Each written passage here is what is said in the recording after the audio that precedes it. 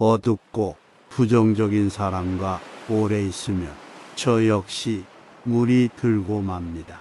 제 곁에는 10년째 교류하고 있는 사람이 있습니다. 제가 어떤 일을 하고자 할 때 야야 안 돼라고 하며 늘 부정 에너지를 뿜어냅니다. 매사 사물에 대한 인식이 부정적으로 굳어진 사람이라 곁에 있으면 괴롭습니다. 그와의 관계를 손절해야 할지, 그게 아니라면 그에 물들지 않으며 맑고 평온함을 유지할 수 있는 방법을 알고 싶습니다.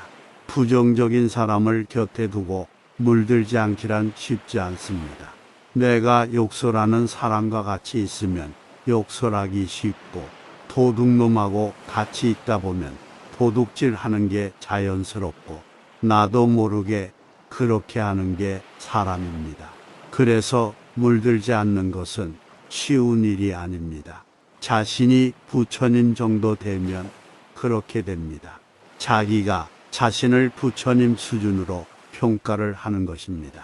다만 부처님 같은 경우는 좀 다른데, 부처님의 시각에서 그런 사람을 어떻게 대했는지 그분의 행적을 보자면 이렇습니다.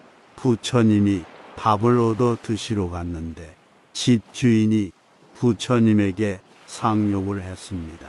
사지가 멀쩡한 놈이 왜 밥 얻어먹으러 오냐 욕을 했습니다. 욕을 들으면 기분이 나쁩니다.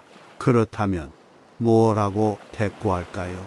나 같으면 주기 싫으면 안 주면 되지 왜 욕을 하냐라고 항의를 했을 것입니다. 그러면 그 사람은 거기에 대해 할 말이 있을 것이고 언쟁하게 될 것입니다. 이렇게 언쟁을 하면 내가 이 사람의 감정에 물들게 됩니다. 내가 이 사람의 감정에 말려들어 간 것입니다. 따지고 보면 저 사람이 우리에게 이렇게 해서 우리는 이렇게 했습니다 라고 말할 수 있지만, 사실 이건 그 사람의 감정에 말려들어 간 것입니다. 하지만 부처님은 그 사람이 그렇게 매몰차게 말하는데 그저 빙그레 웃었습니다. 그 모습을 본 사람이 웃는다고 또 시비를 걸었습니다. 또 시비를 거니 부처님이 이렇게 말했습니다. 여보시오, 당신 집에 가끔 손님이 찾아옵니까? 물었습니다. 부처님은 상대방 말에 말려들지 않기 위해 주제를 바꿨습니다. 오지라고 대답했습니다. 당신 집에 손님이 올 때 선물을 가져옵니까? 가져오지. 가져온 선물을 당신이 안 받으면 그 선물은 누구 것입니까? 손님 것이지. 근데 그건 왜 물어? 그러자 부처님이 대답했습니다. 당신이 지금 나에게 화를 냈는데 그것을 안 받으면 그게 누구 것입니까? 당신이 나에게 욕설을 했는데 그 욕설을 내가 안 받아들이면 그 욕설이 누구 것입니까? 그제서야 집 주인이 정신이 번쩍 들었습니다. 아이고 죄송합니다. 들어오십시오. 그리고 부처님께 음식을 대접했습니다. 상대가 화를 낼 때 내가 함께 화를 내면 나쁜 인연이 되고, 상대가 화를 낼 때 내가 한번 웃을 수 있으면 좋은 인연이 되니 현재 미래뿐 아니라 과거까지 좋아집니다. 그러니 부처님처럼 되고 싶다면 염불하고 좌선할 필요 없고 상대가 화낼 때 한번 웃으면 됩니다. 그런데 이게 안 되어서 부처가 안 되는 것입니다. 이 세상에는 네 종류의 사람이 있습니다. 첫 번째, 물드는 사람. 두 번째, 가마귀 근처에 가지 않는 사람. 세 번째, 물들지 않는 존재. 네 번째, 물들이는 존재.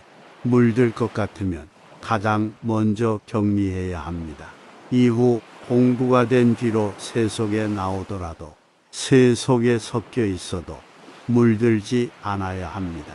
그리고 이후에는 자신의 맑음을 주위에 확산시켜야 합니다. 하지만 우리는 부처도 예수도 아니기에 누군가를 교화시키거나 바꾸기는 참 어려운 일입니다.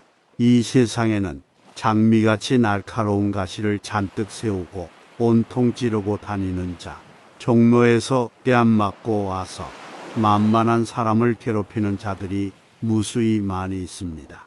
그들은 내 주위에도 있습니다. 그들에게 무심코 찔리면 당사자는 괴로움에 밤에 잠을 못 이루기도 합니다. 그렇다면 내 스스로 그들을 멀리하고 떠나는 것에도 답이 있을지 모릅니다.